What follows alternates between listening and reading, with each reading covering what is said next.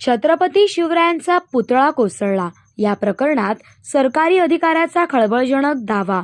कला संचालनालयाचे संचालक राजीव मिश्रा यांनी एका वृत्तवाहिनीशी बोलताना सांगितले की राज्यात कुठेही महापुरुषांचा पुतळा उभारायचा असल्यास कला संचालनालयाची परवानगी घ्यावी लागते, अन्यथा त्यांना पुतळा उभारता येत नाही. आमच्याकडे जेव्हा एखादी एजन्सी पुतळा उभारण्याची परवानगी मागते तेव्हा त्याबरोबर त्यांना पुतळ्याचे क्ले मॉडेल सादर करावे लागते. या प्रकरणात शिल्पकाराने 6 फुटांचा क्ले मॉडेल सादर केला होता.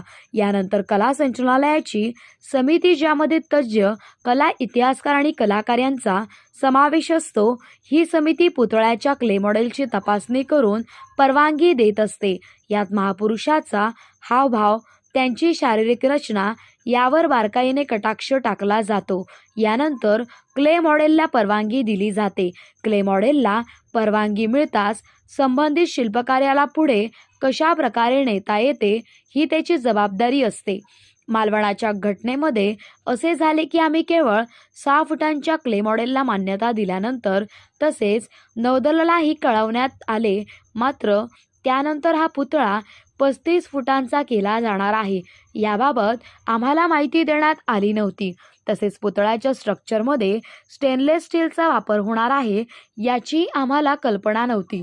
तसेच पुतळ्याच्या चबुतदारासाठीही सार्वजनिक बांधकाम विभागाच्या मुख्य वास्तुविशारदाकडून घ्यावी लागते. दोन्ही परवानगी मिळाल्यानंतर शिल्पकाराला तसे पत्र दिले जाते. त्यानंतर शिल्पकाराची जबाबदारी असते, असेही राजीव मिश्रा यांनी सांगितले. तेच खबर महाराष्ट्र न्यूज, उपसंपादक अंतोन श्यामसुंदर गायकवाड.